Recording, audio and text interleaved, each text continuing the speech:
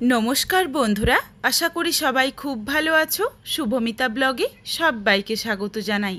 আজকে তোমাদের সাথে শেয়ার করব কাঁচা আমের আমসত্ত্বের রেসিপি, একদম সঠিক পদ্ধতিতে।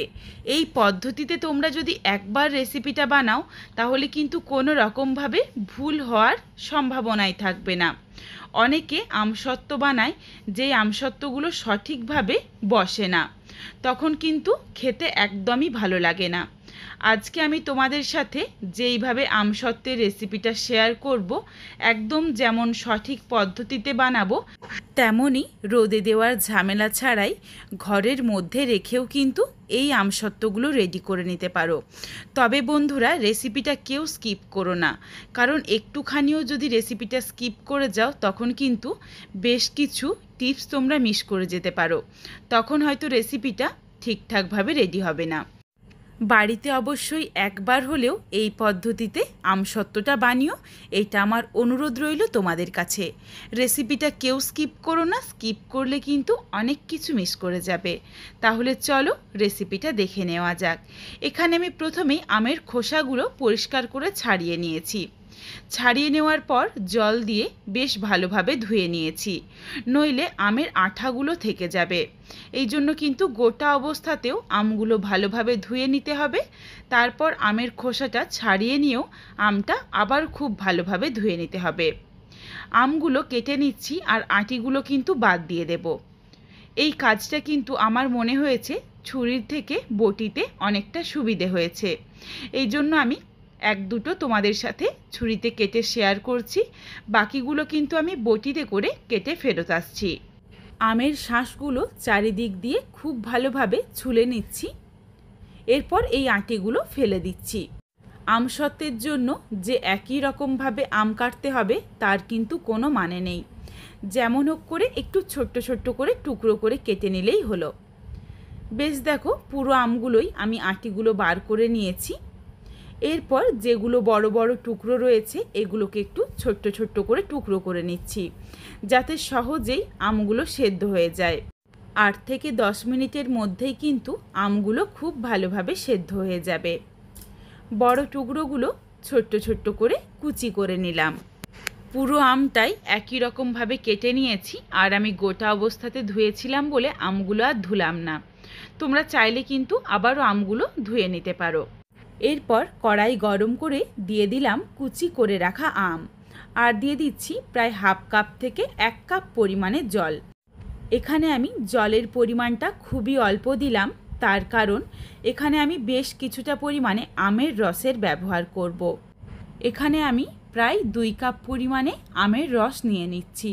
আমের রসগুলো বেশ কিছুক্ষণ ছিল, এই জন্য দেখো তলাতে জমে গেছে। চামচে করে একটু মিশিয়ে এর সাথে দিয়ে দিলাম। এই আমের রসটা আমি কোথা থেকে পেয়েছি, যারা এখনও আমার আগের ভিডিওটা দেখোনি তাদের জন্য বলে দিই।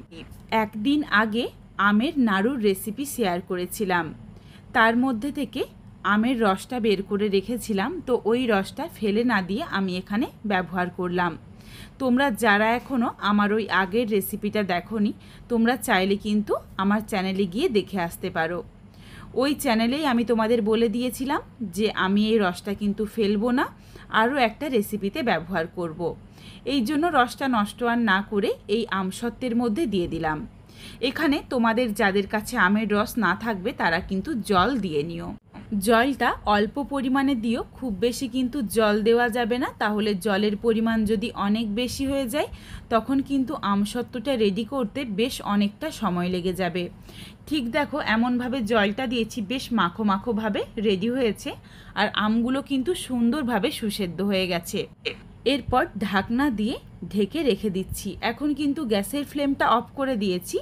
ঢাকনা দিয়ে ঢাকছি, ফিরে আসছি প্রায় 1-2 ঘন্টা পর, তার কারণ এটা ঠান্ডা হতে বেশ অনেকটা সময় লেগে যাবে।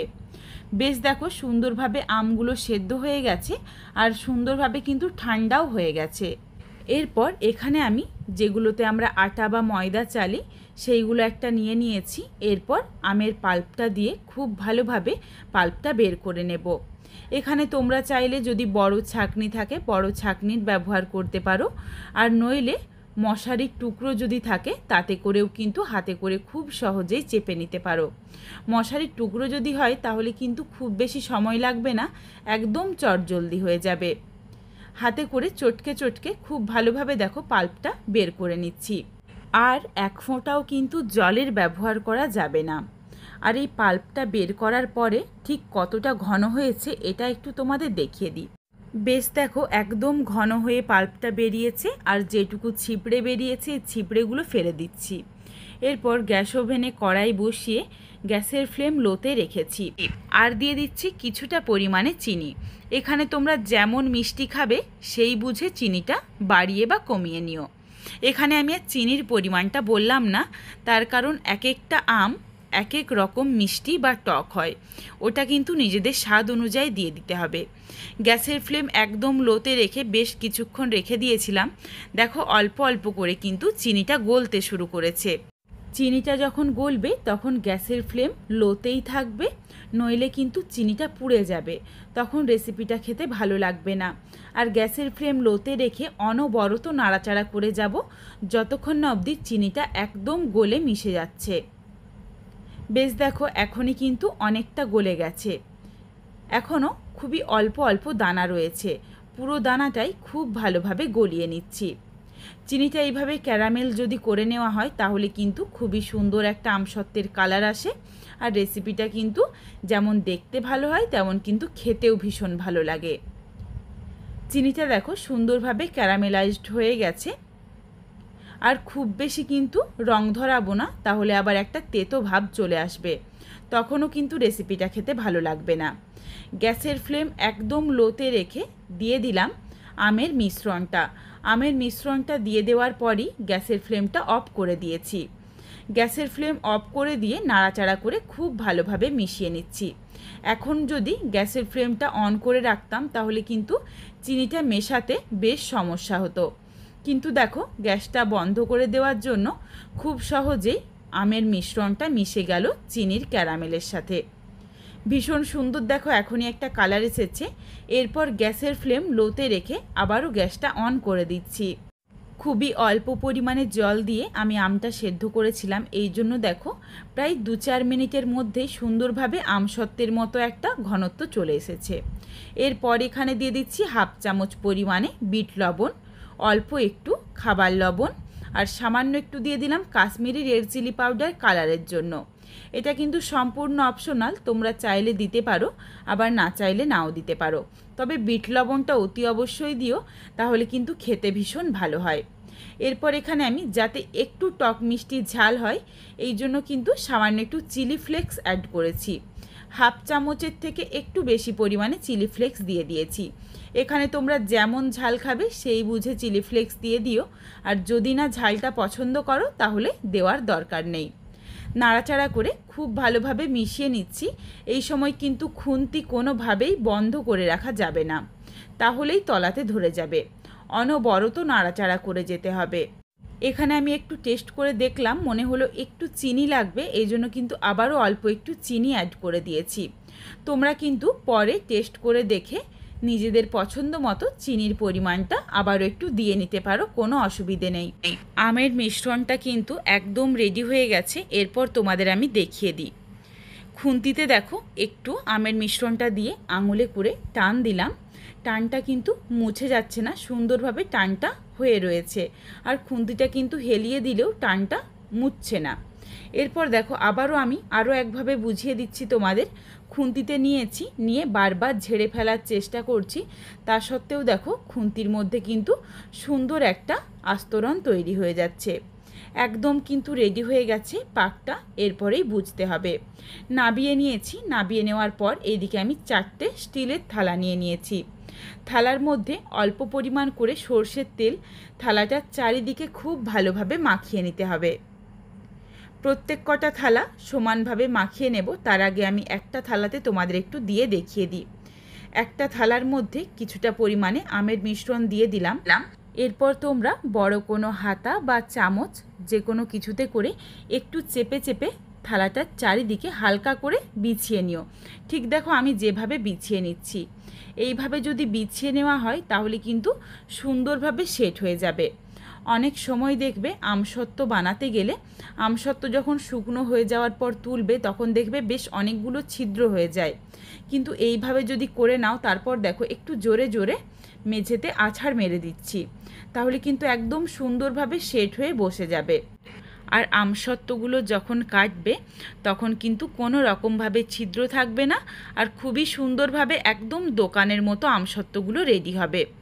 এরপরে আমের মিশ্রণটা কিন্তু খুব বেশি দেওয়া যাবে না, আবার খুব পাতলা হলেও ছিঁড়ে যেতে পারে। আশা করছি তোমরা দেখে বুঝতে পারছো যে এক একটা থালাতে আমি ঠিক কতটা পরিমাণে আমের মিশ্রণটা দিচ্ছি। একদম দেখো সেম পদ্ধতিতে প্রত্যেক কটা থালা একই রকমভাবে রেডি করে নিচ্ছি। তবে আমি সববার শেষে যেই থালাটা রেডি করব সেটার মধ্যে কিন্তু একটু বেশি পরিমাণে আমের পাল্পটা দিয়ে নেব, কারণ তোমরা চাইলে কিন্তু এইভাবেও বানাতে পারো, তো সেটাও আমি তোমাদের সাথে শেয়ার করব। এইদিকে দেখো সুন্দরভাবে প্রত্যেক কটা থালা রেডি করে তোমরা চাইলে কিন্তু একদিন খুব ভালোভাবে রোদ খাইয়ে নিতে পারো। আর সবার তো আর বাইরে রোদে দেওয়ার মতো সময় হয়ে ওঠে না, কারণ বাইরে রোদে দিলে কিন্তু সেইটার কাছে সবসময় কাউকে থাকতে হবে। তো যদি তোমরা বাড়ির মধ্যে রেখেই আমসত্ত্বগুলো বানাতে চাও তখন কিন্তু আমসত্ত্বের এই থালাগুলো রেখে ফ্যানটা চালিয়ে দিও, আর ওপর থেকে পরিষ্কার একটা কাপড় চাপা দিয়ে নিও, কারণ ঘরের ভেতরেও তো অনেক ধুলো বালি বা পোকা মাকড় বায়, তাহলে সেগুলো আর আমসত্ত্বের মধ্যে পড়বে না। আর বাইরে রোদে দিলেও ওপর থেকে পাতলা কাপড় চাপা দিয়ে নিও, তাহলে আর ধুলোবালিটা পড়বে না। প্রত্যেক কটা আমসত্ত্ব দেখো কেটে নিচ্ছি, আর একটা আমসত্ত্ব যখন আমি হাতে তুলেছিলাম আশা করি তোমরা দেখে বুঝতে পেরেছো, একদম এই দিক থেকে ওই দিক হাতটা দেখা যাচ্ছে। সুন্দরভাবে আমসত্ত্বগুলো রেডি হয়েছে। এখানে কিন্তু আমি 3টে আমসত্ত্ব একটু বড় বড় করলাম। আর এই দিকে যেই আমসত্ত্বটা আমি বেশ মোটা করে দিয়েছিলাম সেটা তোমাদের দেখিয়ে দিই। এটা কিন্তু বেশ মোটা করে দিয়েছিলাম, এটাও দেখো সুন্দরভাবে জমে গেছে, কিন্তু এই আমসত্ত্বটা রোল করা যাবে না, তার কারণ বেশ অনেকটা পরিমাণে মোটা। দেখো এটা রোল করতে গেলেই তখন কিন্তু ভেঙে যাবে, এই জন্য এই আমসত্ত্বটা আমি বেশ ছোট্ট ছোট্ট করে একটু টুকরো করে নিচ্ছি। সুন্দরভাবে দেখো টুকরোগুলো উঠে যাচ্ছে, এটাও দেখো দেখতে কতটা সুন্দর হয়েছে। এখানে আমি তোমাদের সাথে দুইভাবেই শেয়ার করলাম, তোমাদের যেটা পছন্দ মনে হয় বা যেই পদ্ধতিটা সহজ মনে হয় তোমরা কিন্তু সেইভাবে আমসত্ত্বগুলো বানিয়ে নিতে পারো। আর বাকি 3টে কিন্তু একদম পাতলাভাবে দিয়েছি, সুন্দরভাবে দেখো উঠে যাচ্ছে, আর এই দিক থেকে ওই দিক দেখা যাচ্ছে, একদম পরিষ্কার স্বচ্ছ। প্রত্যেক কটা আমসত্ত্বই আমি কেটে নিচ্ছি, আর এই আমসত্ত্বগুলো একটু ছোট করে কাটছি, কারণ প্রথমের আমসত্ত্বগুলো বেশ বড় করে টুকরো করেছিলাম। এরপর এই আমসত্ত্বগুলো একটা কন্টেনারের মধ্যে ভরে আমি ফ্রিজের মধ্যে রেখে দেব, তাহলে কিন্তু বেশ অনেক দিন ধরে খাওয়া যাবে। তোমরাও বাড়িতে অবশ্যই একবার হলেও কাঁচা আমের এইভাবে আমসত্ত্বটা বানিয়ে আমায় কমেন্ট করে জানাতে ভুলো না কিন্তু রেসিপিটা তোমাদের কেমন লাগলো। রেসিপিটা তোমাদের যদি ভালো লাগে তাহলে লাইক করো, শেয়ার করে বন্ধুদের দেখার সুযোগ করে দিও। তোমরা যদি এই রকম নিত্য নতুন রেসিপি আরও পেতে চাও তাহলে অবশ্যই আমার চ্যানেলটিকে সাবস্ক্রাইব করে পাশে থাকা বেলটি অন করে অল নোটিফিকেশান অন করে দিও, যাতে আমার প্রত্যেকটা রেসিপির নোটিফিকেশান সববার প্রথমে তোমাদের কাছে পৌঁছে যায়। আবারও খুব শীঘ্রই হাজির হচ্ছি নতুন কোনো এক রেসিপি নিয়ে। পরবর্তী রেসিপি দেখার আমন্ত্রণ রইল। পুরো ভিডিওটা দেখার জন্য অনেক অনেক ধন্যবাদ। তাহলে আজকে আসি, সবাই ভালো থেকো, সুস্থ থেকো। আবারও শীঘ্রই দেখা হচ্ছে কিন্তু নতুন কোনো এক রেসিপির সাথে।